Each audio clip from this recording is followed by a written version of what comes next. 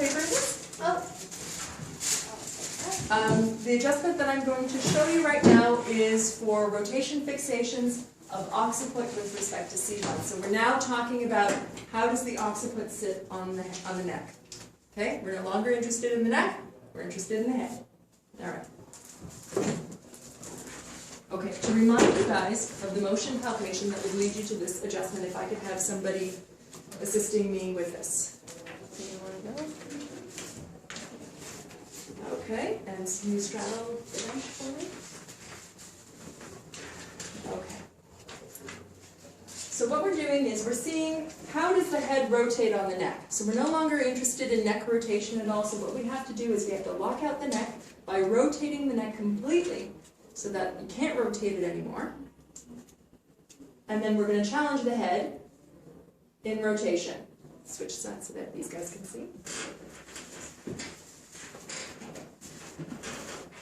So again, so your finger is on the posterior aspect of the mastoid process. You're going to rotate the head as much as possible to lock out the neck. And then you're going to challenge the head in rotation. Now what should happen here is as you challenge the head in rotation, the head should actually rotate on the neck a little bit and it should feel springy as you're pushing the head into rotation. Now if the mastoid does not feel soft and springy, instead it feels more like a brick wall as it did for Jasmine on both sides, then what's happened is that the head has actually rotated backwards. Or in Jasmine's case, it's actually extended backwards like this. Okay?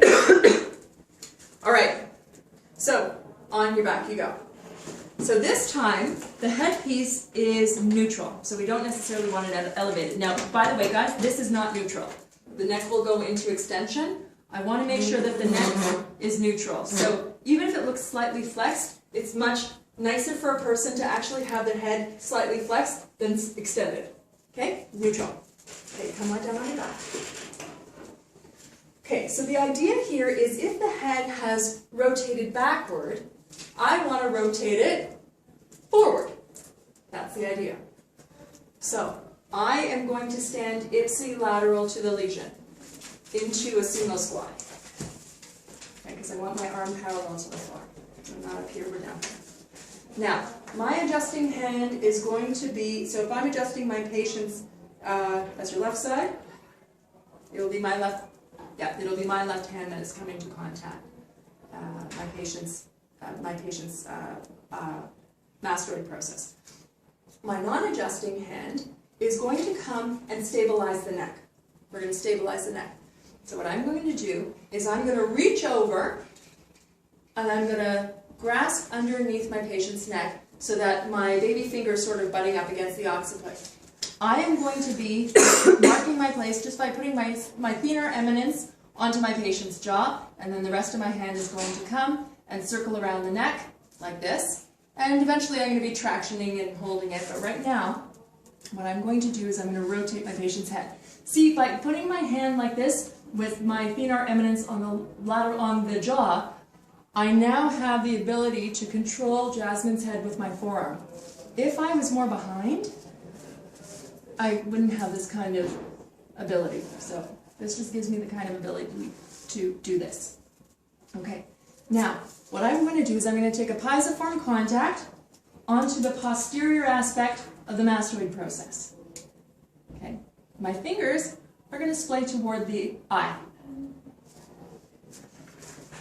Okay, so this is what it looks like.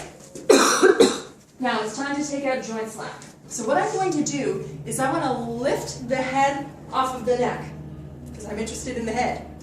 I'm going to lift the head off of the neck by inducing cervical traction. So cervical traction, at the same time as I start applying pressure to my pisiform to start to rotate my patient's head. When I feel like I can't rotate it anymore, it's going to be a quick rotation, like DJ. But it's not a push, it's a rotation. And not backwards. Okay. Okay, so we're going to traction and rotate. And when I can't rotate anymore, DJ. Let's see how it looks.